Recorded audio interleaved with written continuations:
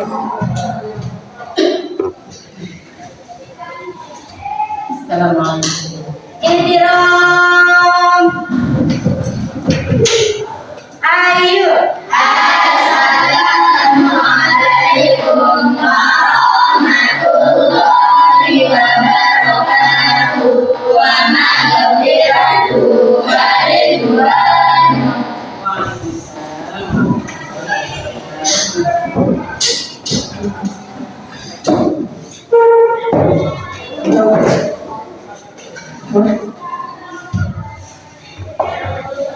Ada yang masih di luar anak-anak? Ulang anak sekalian, mengawali kegiatan kita ini dulu. Assalamualaikum warahmatullahi wabarakatuh. Waalaikumsalam warahmatullahi wabarakatuh. Bagaimana kabarnya? Baik. Alhamdulillah ya. Sebelum kita lanjut ke ibu guru absen dulu. Ada yang sudah masuk? Semua masuk. Sebelum kita lanjut kegiatan kita di siang hari ini, silakan ketua kelas pimpin pembinaan berdoa dulu. Alhamdulillah anak sekalian, alhamdulillah ya pada siang hari ini kita bisa bertemu kembali untuk melanjutkan kegiatan belajar mengajar kita seperti biasa. Silakan duduknya yang rapi, yang masih merasa belum rapi, tolong duduknya yang rapi ya. Tapi dari segi duduk, pakaian juga tolong dirapikan. Yang laki juga begitu ya. Oke, masih semangat belajar? Masih. SMP Islam Negeri Pekalongan Timur. Be brave, be smart, Allah Akbar. Tetap semangat ya anakku. Ya. Baiklah, untuk hari ini alhamdulillah sekali lagi kita bisa masih diberikan kesempatan sehingga kita bisa melanjutkan kegiatan belajar mengajar kita seperti kemarin. Pada minggu kemarin kita sudah membahas tentang materi kita kemarin. Coba diulang yang mana tiap hari. Iklan, slogan, dan poster. Materi kita di bab 2 kemarin tentang iklan, slogan, dan poster. Dan hari ini kita masuk ke bab yang selanjutnya atau bab yang ketiga, yaitu tentang teks eksposisi. Apakah anak-anakku pernah mendengar kata eksposisi? Pernah mendengar? Apa itu eksposisi, Marsha? Teks yang memaparkan suatu keadaan sebenarnya. Oh iya, teks yang memaparkan suatu keadaan dengan sebenar-benarnya. Secara tidak langsung bisa sudah masuk sebagai pengertian dari teks eksposisi. Adapun KD ya, KD yang akan kita pelajari sekarang ini adalah terkait dengan mengidentifikasi unsur teks eksposisi. Kebetulan mati lampu anak-anakku silakan perhatikan buku tulis, meja sudah ditempel. KD-nya adalah mengidentifikasi unsur-unsur teks eksposisi dan menyimpulkan teks eksposisi secara tepat. Itu KD-nya. Kemudian tujuan pembelajaran kita adalah setelah mengikuti pembelajaran, anak-anakku harus bisa menguraikan pengertian teks eksposisi, unsur-unsurnya, bahkan pola pengembangannya. Selain itu, anak-anakku juga diharapkan harus bisa menyimpulkan isi dari teks eksposisi yang kalian akan baca. Itu untuk tujuan pembelajarannya ya. Kemudian kita masuk ke pengertian teks eksposisi. Seperti yang dijelaskan sama temennya tadi, bahwa teks eksposisi itu adalah paragraf atau karangan yang di dalamnya terkandung informasi yang bersifat pengetahuan secara singkat, padat, dan jelas. Itu pemaparan dari teks eksposisi. Bisa diulang? Teks eksposisi adalah sebuah karangan atau paragraf yang di dalamnya memuat informasi berupa pengetahuan secara singkat, padat, dan jelas. Itu pengertian dari teks eksposisi. Kemudian untuk ciri-cirinya. Ciri-ciri dari teks eksposisi itu yang pertama benar-benar terjadi atau sesuatu yang diberitakan misalnya atau halaman itu benar-benar kejadiannya, peristiwanya benar-benar ada. Kemudian yang kedua memiliki bukti.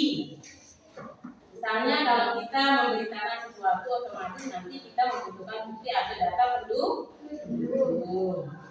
Kemudian yang ketiga ciri-cirinya itu menjelaskan jawaban dari suatu permasalahan. Menjelaskan jawaban dari suatu permasalahan. Misalnya di awal ada permasalahan dalam teks eksposisi itu. Nanti di paragraf berikutnya akan ada jawabannya. Itu termasuk ciri-cirinya. Kemudian yang terakhir mengarah pada suatu benda, orang, waktu, dan lain-lain ataupun alam.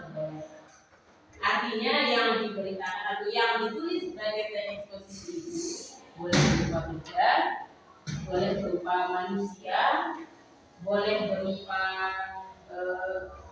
benda-benda alam lainnya. Itu yang bisa kita tulis sebagai teks eksposisi. Sampai sini dulu ada pertanyaannya? Zile, coba jelas kita. Assalamualaikum warahmatullahi wabarakatuh. Waalaikumsalam warahmatullahi wabarakatuh. Saya dari kelompok 4 mewakili teman-teman menanyakan terkait dengan unsur-unsur teks eksposisi. Oh iya, terkait dengan unsur ya. Unsur-unsur pembangun di sini. Teman dari kelompok 4 sudah bertanya terkait dengan unsur pembangun teks eksposisi itu apa saja. Jangan kalau yang lain perhatikan unsur pembangun teks eksposisi. Artinya unsur ini jika salah satunya tidak ada maka tidak bisa terbentuk teks eksposisi itu. Dilil ya, itu namanya unsur. Ketika unsurnya itu ada 3, maka 3-3-nya harus termuat di sana. Ketika unsurnya itu ada 4, keempat-empatnya harus ada. Yang pertama, dengarkan. Unsur pembangun teks eksposisi itu yang pertama harus ada permasalahan dulu.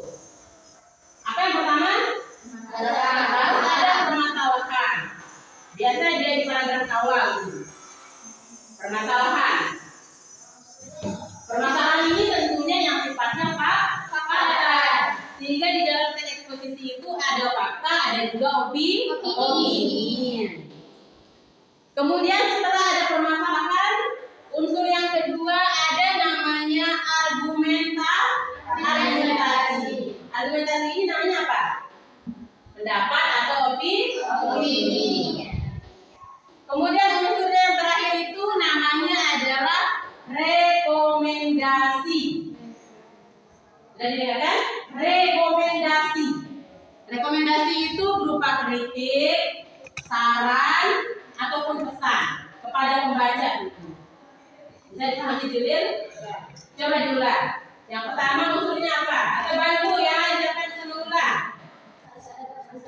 Permasalahan harus ada, terus argumen atau opini, terus yang terakhir rekomendasi.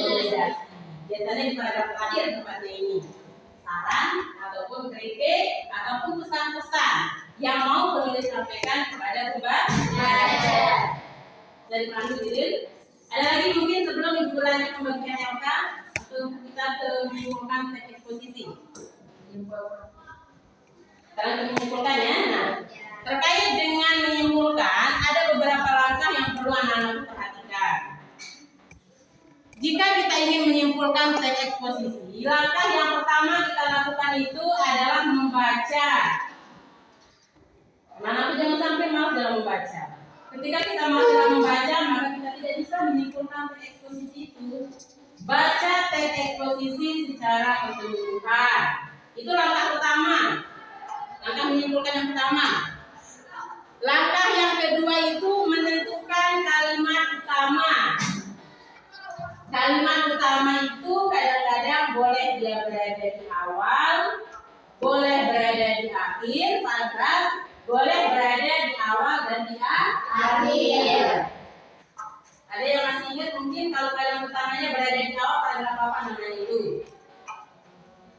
Adalah Bapak, Masya, Awali. Misalnya kalimat utamanya berada di awal paragraf apa namanya? Induktif atau induktif? Deduktif. Jika kalimat utama itu berada di awal. Jika kalimat utama berada di akhir, apa? Induktif. Jika berada di awal dan di akhir, campur. Setelah kita baca, kita tentukan dulu kalimat utamanya. Di mana letak kalimat utama? Maka kita akan lebih mudah nanti dalam menyimpulkan.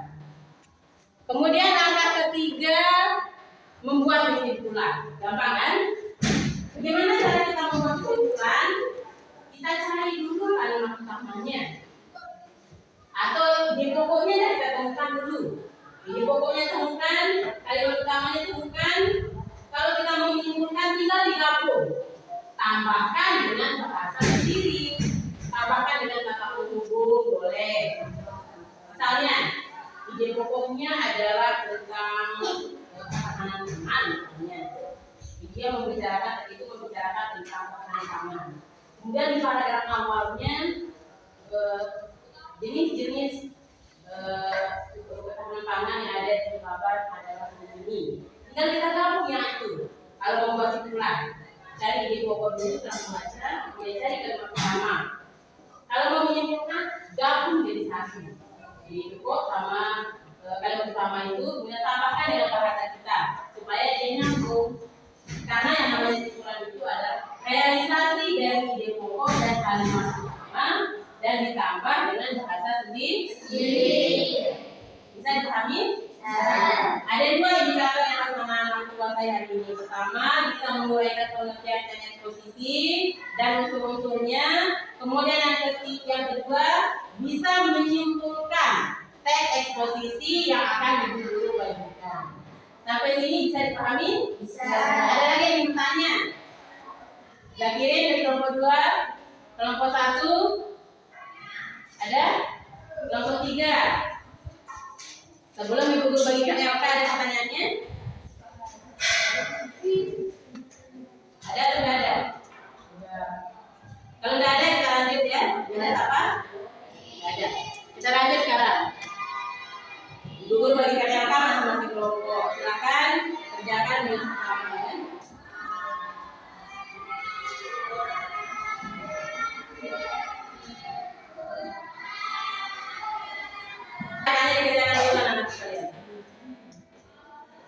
Diskusi dengan kelompoknya masing-masing secara kompak ya, semuanya harus bekerja. Bagi-bagi tugas caranya.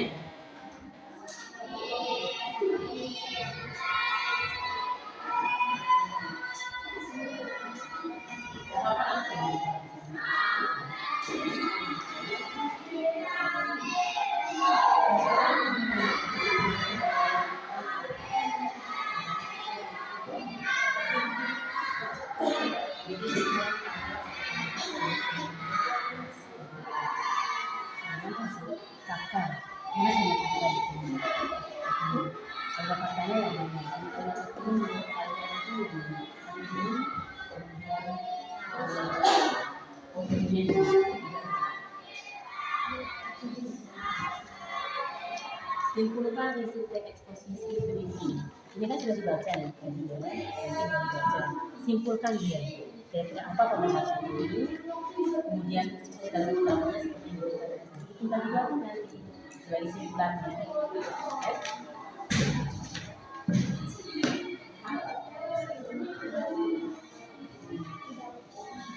Ini kan untuk menunjukkan baca di dua kalau ini kan menunjukkan baca di baca di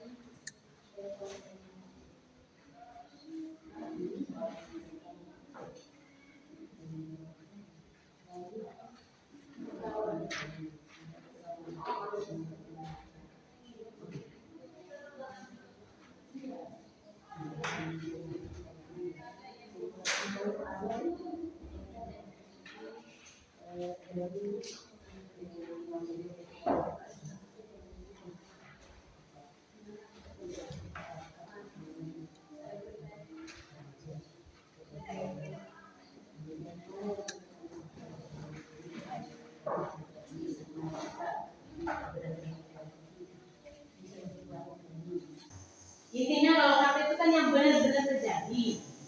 Nah kalau opini kan pendapat. Pendapat itu artinya bagaimana cara kita tahu dia pendapat atau bukan? Orang lain bisa mengatakan iya, bisa juga mengatakan tidak. Itu yang menandakan dia sebagai opini. Kalau fakta tidak bisa orang mengatakan tidak, harus bilang iya. Itu bedanya. Misalnya dari segi kalimat yang kalian pilih itu, apakah akan menimbulkan persepsi iya atau tidak kepada orang? Kalau memang akan menimbulkan kata iya dan tidak, maka itu namanya opini. Kalau orang pasti mengatakan iya, maka itu namanya fakta. Apa cara membedakannya?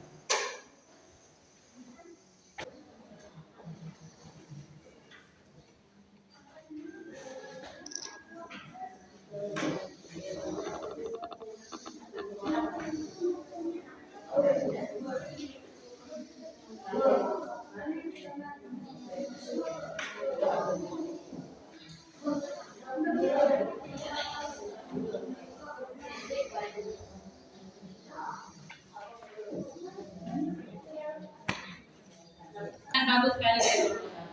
Lanjut ke kelompok 2, silakan. Mewakili siapa kelompok 2? Silakan. Hasanah, Marsha.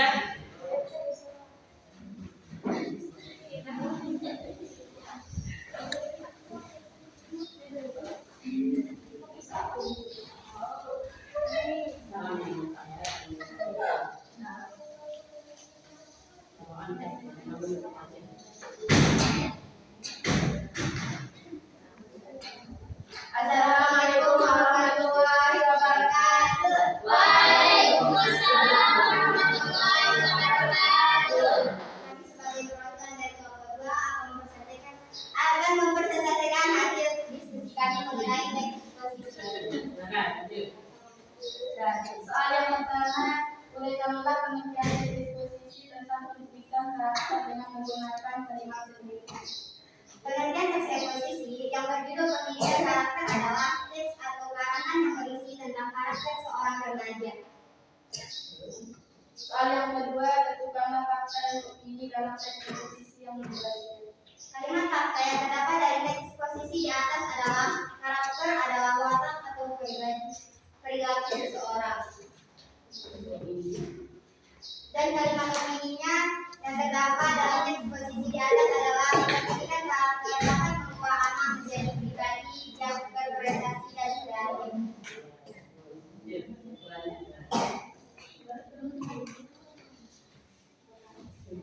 Dari teks eksposisi di atas dapat disimpulkan bahwa usia remaja yang berkisar 10-21 adalah fase beranjaknya anak ke masa awal dewasa. Pada fase ini adalah fase yang sangat sulit untuk remaja yang mengendalikan dirinya. Oleh karena itu, pada fase ini seorang anak harus memasukkan perhatian dan pendidikan karakter. Banyak anak yang terjerumus dalam hal negatif karena kurangnya pendidikan karakter. Dapat kita simpulkan bahwa pendidikan karakter dapat membantu remaja yang lebih unggul dan dapat dibanggakan secara fisik. Bagaimana dengan kelompok 1, 3, 4? Ada tanggapan untuk kelompok 2? Ada.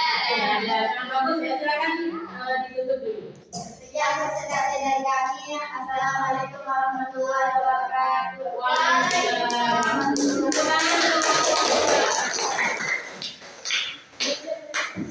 Ya baiklah anak-anak sekalian, terima kasih ya tadi anak-anakku sudah berani ya kelompoknya. Cuma ada beberapa catatan dari masing-masing kelompok. Ibu punya catatan buat anak-anakku dari kelompok 1, kelompok 2, kelompok 3 ataupun kelompok 4. Yang pertama dari kelompok 4 itu yang pertama tampil tadi. Untuk kelompok 4 tadi Ibu Guru melihat kurangnya dari segi struktural. Kalau dari segi paparan pengertian, kemudian dari segi menentukan kalimat fakta dan opini sudah sangat bagus sekali. Kelompok 4 ya, berarti anak-anakku harus lebih mempelajari lagi bagaimana cara menyimpulkan yang baik. Ini untuk kelompok 4. Kemudian untuk kelompok 1 yang tampil kedua, evaluasinya adalah mulai dari pengertiannya, kemudian menentukan kalimat fakta ini, bahkan sampai kesimpulan luar biasa, sangat bagus. Sudah sangat sesuai ya. Kelompok 1 sudah bisa membedakan mana fakta, mana opininya, kemudian sudah bisa memberikan pengertian dari teks eksposisi sesuai dengan teks pendidikan karakter yang dibaca. Simpulannya juga sudah bagus. Itu untuk kelompok 1. Untuk kelompok 2 ya. Ya, kelompok 2 mulai dari pengertian, kemudian menentukan fakta opini sampai kesimpulan juga sama dengan kelompok 1. Sudah bisa dibedakan mana fakta, mana opini. Pengertiannya juga sudah sangat spesifik ya. Tadi ada kelompok yang memberikan pengertian secara umum. Padahal yang dimaksud di LK itu berikan pengertian teks eksposisi berdasarkan teks pendidikan karakter. Kelompok 3 sudah bagus. Kelompok 2 ya, sudah bisa memberikan pengertian sesuai dengan teks yang ada. Simpulannya juga sudah bagus. Nah sekarang lanjut ke kelompok terakhir tampil yaitu kelompok 3. Kelompok 3 Ibu koreksi dari segi penampilan. Maaf ya, tadi Ibu lihat tidak fokus. Yang diutus ke depan itu Elmayati Azhari. Lain kali kalau mau mempresentasikannya, tolong dikuasai dulu materinya baru dibaca. Kemudian untuk pengertiannya untuk fakta opini, simpulannya juga sudah lumayan bagus. Cuma tadi Ibu Guru kurang mendengar untuk yang simpulan, karena mungkin yang membacakannya tidak fokus ya. Itu saja untuk evaluasi hari ini anak-anak sekalian. Kesimpulannya berarti hari ini kita sudah membahas tentang pengertian teks eksposisi, kemudian unsur-unsurnya, ciri-cirinya, bahkan cara menyimpulkan. Itu silakan nanti bisa dibaca ulang apa yang ada di urusannya atau di UKS-nya ya. Sebelum kita tutup, ada yang anak-anak ingin sampaikan dulu? Ada? Tidak? Ada. Bagaimana dengan pembelajaran hari ini? Senang, menyenangkan atau bagaimana? Kalau tidak menyenangkan berarti nanti ilmunya tidak bisa masuk. Ya, mudah-mudahan apa yang kita bahas hari ini anak-anak sekalian ada manfaatnya. Insya Allah nanti pertemuan berikutnya kita masuk ke pola pengembangan teks eksposisi. Itu ya materi kita berikutnya. Insya Allah pertemuan berikutnya mudah-mudahan kita masih bisa diberikan kesehatan kesempatan sehingga kita bisa melanjutkan kegiatan. Kalau tidak ada yang anak-anak ingin tanyakan, ini Ibu Guru cukupkan sampai di sini. Mudah-mudahan apa yang kita lakukan hari ini dicatat sebagai amal ibadah di sisi Allah Subhanahu wa Ta'ala. Mari kita tutup dengan sama-sama melafazkan hamdalah. Alhamdulillahirabbil alamin. Sekian, assalamualaikum warahmatullahi wabarakatuh. Waalaikumsalam warahmatullahi wabarakatuh. Ikram. Ayo. Assalamualaikum warahmatullahi wabarakatuh. Wa maghfiratuh wa ridwanuh. Waalaikumsalam. Ya kali. Dari dulu koreksi dan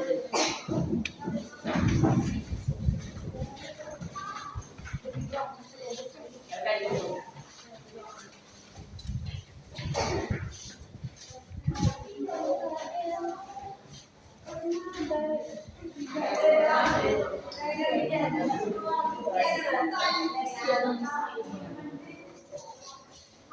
you.